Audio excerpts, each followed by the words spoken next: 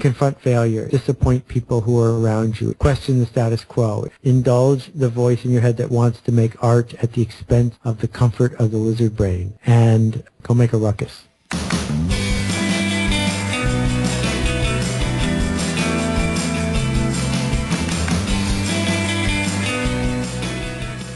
Welcome to Starve the Doubts. I'm your host, Jared Easley.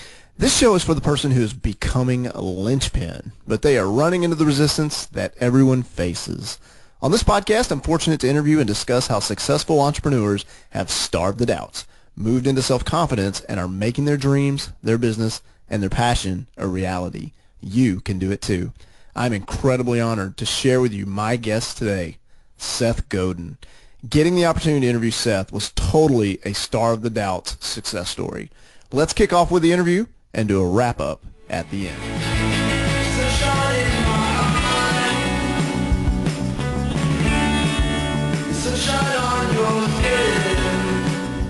Seth Godin is an American entrepreneur, author, and public speaker. He is the founder of the Domino Project, which is changing the way that books are built, sold, and spread. Seth is also the founder of Squidoo.com, a fast-growing recommendation website. Seth writes the most popular marketing blog in the world. He's the author of outstanding books such as The Purple Cow, The Dip, Permission Marketing, Tribes, Linchpin, The Icarus Deception, just to name a few. Seth, it is an honor to have you on the show. You are encouraged to cause a ruckus. Well, thank you, Jared. Thanks for having me, and thanks for the work you do. Thank you, sir. Which musician would you prefer to see live in concert, Moby versus John Mayer? Well, it's a trick question for a couple of reasons. I know both of them. I don't know that many musicians, but I happen to know both those guys, and they wouldn't want me to pick. I think what I would say is this. When you go to a Moby concert, you're going to see the people who are standing next to you and around you. It is a party more than a concert. And when you go to see John Mayer play, you're going to see John Mayer play. You're going to see the way John brings authenticity and vulnerability to a stage in a room filled with lots of people. I think that both of those are key elements in the way we approach our work, which is the combination of synchronizing the work of a tribe, keeping people together, and at the same time being ourselves and being connected to a group, even though it's awkward. Seth, what is the best concert that you have ever been to? I guess it might be the fourth grade orchestra many years ago when my kids had a glimmer of musical talent. In terms of professional concerts, there's so many. Seeing Patricia Barber play here in New York was extraordinary. I've been to some jazz events that were just so intimate and really connected me. Also, I've seen Keller Williams a bunch of times, and he's magical on stage. The ones that I wouldn't put on the list, even though I see them all too often, are sort of the jukebox concerts where the people on stage are working very hard to sound just like they sound on the record. I don't get the point of those. Do you prefer listening to music by David Byrne from the Talking Heads or Peter Gabriel? This is funny. You picked two other people I know. It's not like I hang out with musicians that much. Here's the thing. Peter Gabriel today is a cerebral, thoughtful human being who doesn't really embrace the processed, compressed music that he made at his peak, though I regularly listen to it because the groove is so great. And David is similar in that Talking Heads at its peak wasn't the stripped-down Talking Heads of CBGB. It was the Talking Heads of American Top 40 radio, and I love that too, the Stop Stealing Dreams era. So I'm not sure I could pick one against the other, but I think it's fascinating to see how two guys were willing to be popular but weren't trying to be popular. Which do you find more entertaining, the Beverly Hillbillies or Justin Bieber? Oh, that one's pretty easy because I think that Justin is captive to people who have packaged him. The Beverly Hillbillies aren't real, didn't pretend to be real. There is no Jed Clampett. And so as a pure invented confection, I think it's easier to pick the Beverly Hillbillies. Plus, they had a better theme song. I've been listening to my story about a man named Jed. Poor mountaineer barely kept his foundation. Would you rather listen to the Mark Maron WTF podcast or read the Bob Lefsetz newsletter? Why are you asking me all these unfair questions? I've actually done both at the same time. Bob Lefsetz is undeniably a genius with a perspective that many people copy, but was his, and he was first, and he is unique at it. I think that Mark has taken his unique set of neuroses and packaged them for not just our entertainment, but for our erudition. That learning from Mark as he does his very best work, which is exposing what it means to make art, has been an inspiration not just for me, but for a lot of people. Let's move into hat selection. Fedora versus a beret. Oh, I think that someone who is follically challenged like me has to go with the beret every time. Business book recommendation. Don't Bite the Hook by Pema Chodron, or Secrets of Closing the Sale by Zig Ziglar. You know, what you learn from Zig is that selling is about telling a story, and that part of telling a story is doing it with confidence. And what you learn from Pema is it's not about you. The world does not revolve around you. It just is. And the two of them go hand in hand. I don't think it's possible to be a successful salesperson if you are not truthful and if you are not authentic. On the other hand, I know it's impossible to be an authentic salesperson if you take everything personally. And Pema's point is you don't have to take anything personally because you merely have to be mindful of what the universe has on offer. More stuff versus more humanity. Oh, that's easy. You know, in the U.S., spent more last year on self-storage than we spent on the movies. And the fact that we need to buy space to keep our stuff is pretty scary. On the other hand, we will never have a humanity shortage. There's always going to be a demand for more connection and less loneliness. And so if you've got a choice of making stuff or humanity, I would encourage you to make more humanity. Doing things that scare you. Do you prefer to present before an audience of 20,000 people on new material or present in front of an audience without a sports jacket? Well, now that I've survived the sports jacket thing, it's no big deal. You know, I wrote about that because it seems sort of trivial in retrospect. What difference does it make if you're wearing a sport jacket? But in the moment, the armor that we look for, whether that armor is having a pre-prepared, practiced speech to protect us from the 20,000 people, because after all, if it's rehearsed, they're not seeing you, they're seeing the rehearsals. It's very similar to the feeling one gets when the clothing that you had expected to protect you isn't present. And for me, public speaking is a joy, not a thing I'm afraid of, but one of the things that makes it a joy is it works best when you are present and alive. You know, you sent me these questions before we talked, but I didn't look at them because to be here in the moment talking to you, Jared, is more important to me than having practiced my answers. Least favorite, recovering from a hamstring injury or reading a 1-star review on Amazon? Well, I don't read reviews on Amazon, though I encourage you to go read the reviews that people wrote about Wendy Davis's sneakers this week. She's now the #1 best-selling sneaker in America on the dint of the 179 reviews that were there. I thought that page was great. I've never met an author who said, my writing is much better than it used to be because I read all the 1-star reviews about me on Amazon. We don't read 1-star reviews of our restaurant on Yelp or our book on Amazon because we need to. We do it because we are torturing ourselves in the face of the resistance. You can eliminate that from your life, and I encourage you to do so. Seth, let's talk about business advice. Listen versus ignore. That's a good one. You know, I was at Ford Motor Company last week, and Henry Ford changed the world more than anyone of the 20th century, largely because he ignored his coworkers, his competitors, and his customers.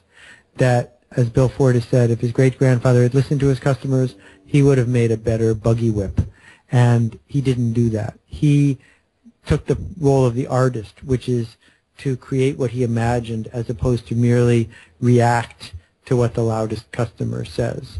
And so there's a lot to be said for ignoring. When it comes to listening, I think that we shouldn't listen to everyone, but there are certain people we must listen to.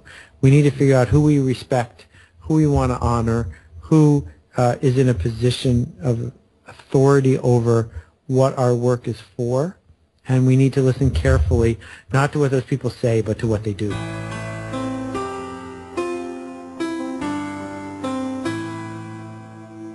How do I guarantee success versus how do I risk failure?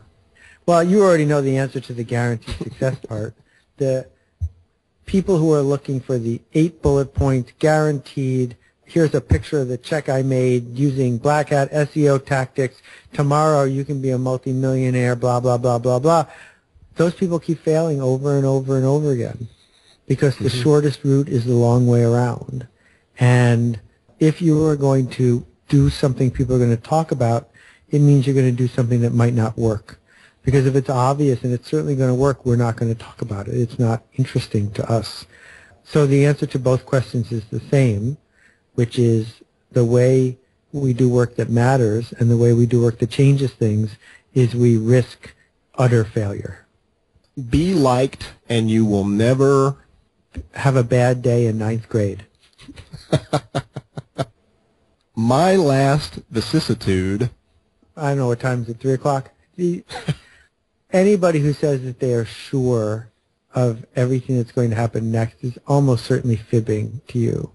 That we are trying to dance on the edge of failure here.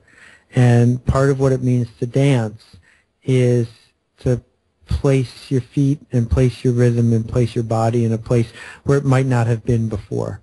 It's not a rote military exercise. It is a series of false starts. And figuring out how to dance with that is hard, and I don't think anyone ever masters it. If not enough people doubt you, then you're probably playing it too safe. That what we understand is that the masses never, ever like important new work. That Twitter was ignored for 2 years. That people heard Sgt. Pepper's Lonely Hearts Club Band at the beginning and they thought, that's not so good. Why didn't they just make something a little bit more like they did a couple years ago? That your in-laws and your boss and your competition is going to see the new thing you do, whatever that new thing is, and they're not going to like it at first because people don't like change. Seth, what are some tips or best practices for the listeners who want to find ways to better connect with their audience? Well, I think the biggest one is to not look for tips or best practices. That said, there are similarities about what happens when you build a tribe. You know, it starts by understanding that we only want to connect with people who are generous and trustworthy. Because why would you want to connect with someone who is selfish and is going to steal from you? And generous and trustworthy aren't things that are easily faked, but they are things that are easily done if you believe them. So the more often and more eagerly you are helping people with no intent or plan for a recompense, the more likely it is that people will be open to you connecting and helping them. And what happens is people get hooked on that. They get hooked on the feeling of not being lonely. They get hooked on the feeling of someone looking out for them. They get hooked on the feeling of someone being generous. In my experience, if you are consistent in doing that, revenue really does take care of itself. Seth, you've been fortunate to have some really cool success, and you mentioned failure earlier. Would you be willing to share a story of a time that you had to change your mind? Oh, yeah. I mean, the one that's the biggest but has the least amount of, I guess, pathos is in 1994, I said to my team at Yoyodyne, where we invented email marketing that was ethical, the web is a fraud. It will never work. It's just like Prodigy, but it's free. And I refused to let the company get involved in web development. That means I missed building Yahoo, I missed building eBay, I missed building Amazon. We were there. We had all the tools, but I didn't believe it. So that cost me, I don't know how many billions of dollars. In terms of smaller things or things that might be a little bit more emotional or personal, you know, I got 900 rejection letters in a row when I started out in the book business. It took me a very long time to learn that the market is going to buy what the market wants. And I was making something that I was insisting was right, but in practice wasn't. And seeing that, understanding how to connect the dots, and then doing something about it is a really hard thing to do, even when you're 26. I've heard you tell the story of how you and your wife would go window shopping, and then you'd ultimately go home and eat macaroni and cheese. You mentioned the 900 rejection letters. How did you overcome self-doubt when you were going through that season of your life? Well, my friend Zig Ziglar certainly helped a lot, listening to his tapes every day over and over again. And what he taught me are two things. One, failure is an event. It's not a person. And each one of those no's was just a clue that I had created something that day that no one wanted, not that I was a bad person. And two, I viewed them as no for now as opposed to no forever. That if someone was taking the time to explain to me where I was going off the rails, what I was learning from that is I was selling to an industry that wanted to buy something, and I just wasn't inventing something they wanted to buy. And that what I had to do was more work on telling a story that they needed to hear and work harder at giving up my egocentric view of what they ought to do.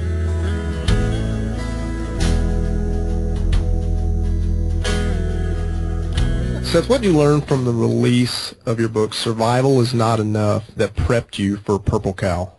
Survival is Not Enough had two problems. Problem number one is that people are afraid of evolutionary theory and Charles Darwin. And Charles Darwin wrote the foreword for my book, and not a lot of people's eyes lit up when I showed up with that. And two, coming out with a book a few weeks after 9/11 was a problem, particularly if it was a book about radical change and confronting fear. So it's one of my favorite books, but it certainly had some marketing issues. At the end of that book, my publisher said he didn't want to publish any more books by me, which is unusual in the book publishing business. And I ended up with, when I did Purple Cow, not even trying to find a publisher for it. I self-published it in a milk carton and sold out of all the copies I had made in just a few weeks. Only after that did I take the finished work to book publishers and say, would you like to publish this now that I've proven it can work? And so one of the big insights was not to give up on trying to push the envelope, but instead to own all the elements of pushing the envelope so I could do it in a way that I would be proud of. What are some of the ways you're pushing the envelope now, or what types of resistance are you facing now in this stage of your career? Yeah, the resistance, as Steve Pressfield has written about so eloquently, is that voice in your head, the lizard brain, that tells you not to do something, that creates writer's block, that gives us an excuse, that helps us hide, that lets us postpone things.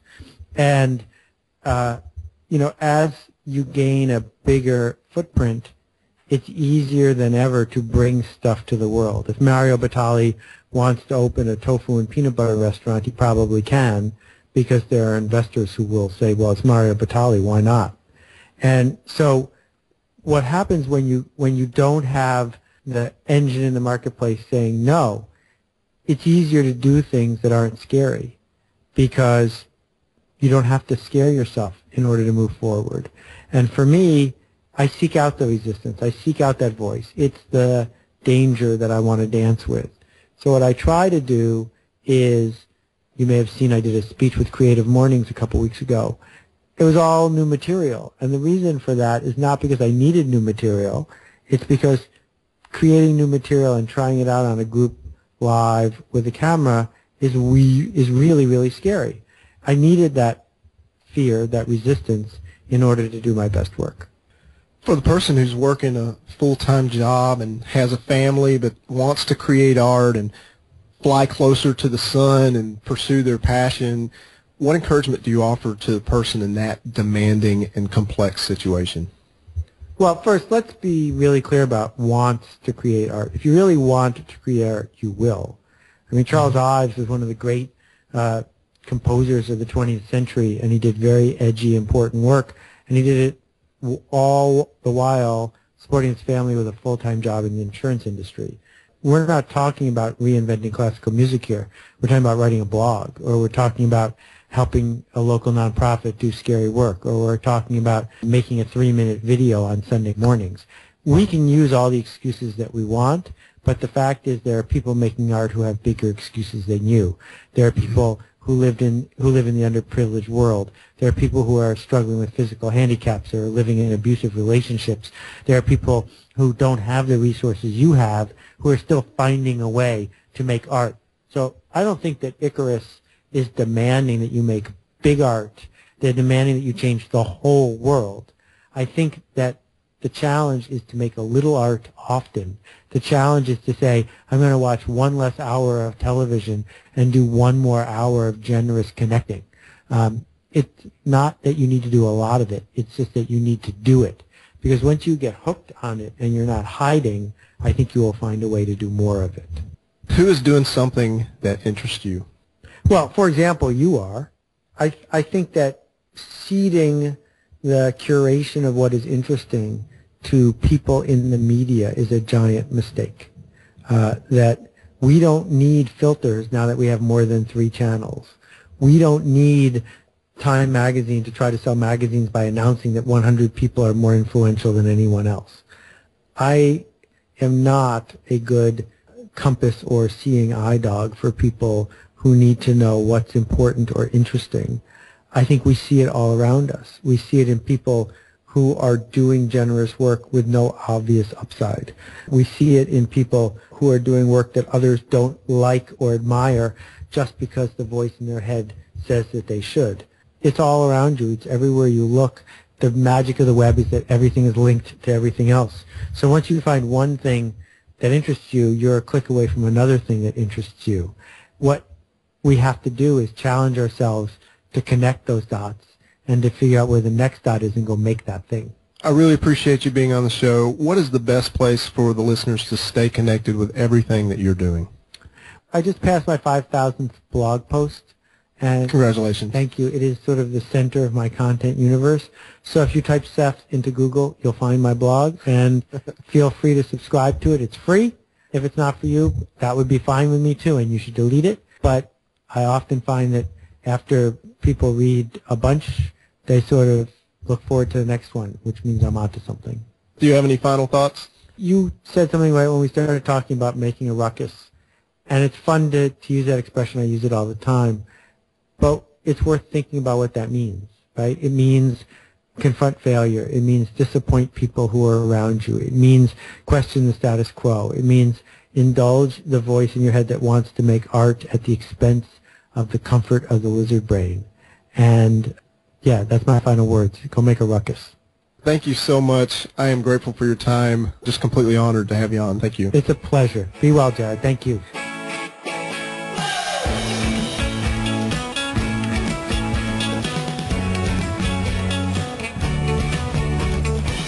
Did you enjoy the interview with Seth Godin? Seth's website is sethgodin.typepad.com. Again, sethgodin.typepad.com. A special thank you to Ben Boyer, Hubris One, The Great Northwest, the Jeff Brown, Bria Pitt, Nuclear Chowder, Johnny Lee Phillips, Denise Nichols 1, PA 2020, Spendor, Kingsley, The Hope Dispenser, Tammy H1, and Cody Ferret for stopping by iTunes and leaving a rating and review for the show. If you enjoyed the conversation with Seth Godin, a rating and review would be appreciated and greatly increases the visibility of the podcast. Please consider doing a search for Starve the Doubts in iTunes. Remember to hit subscribe and leave a rating and review. Thank you for the consideration. You are a linchpin. Stephanie Palmer is also a linchpin. She is starving the doubts by helping you to learn how to pitch, persuade, and sell. Her website is goodinaroom.com, and I'm actually reading her awesome book, Good in a Room, right now. I'm planning to interview her in the near future. Are you interested in hearing the story of how I was fortunate to get an interview with Seth Godin? If so, stop what you're doing right now, open up your email, type Seth in the subject line, and send a blank email to jaredeasley@gmail.com. I'll be happy to share this really cool Starve the Doubt story with you.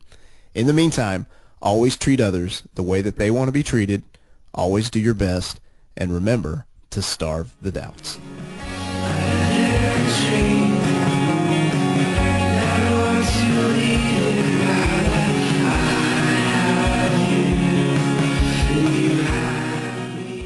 I seek out the resistance. I seek out that voice. It's the danger that I want to dance with.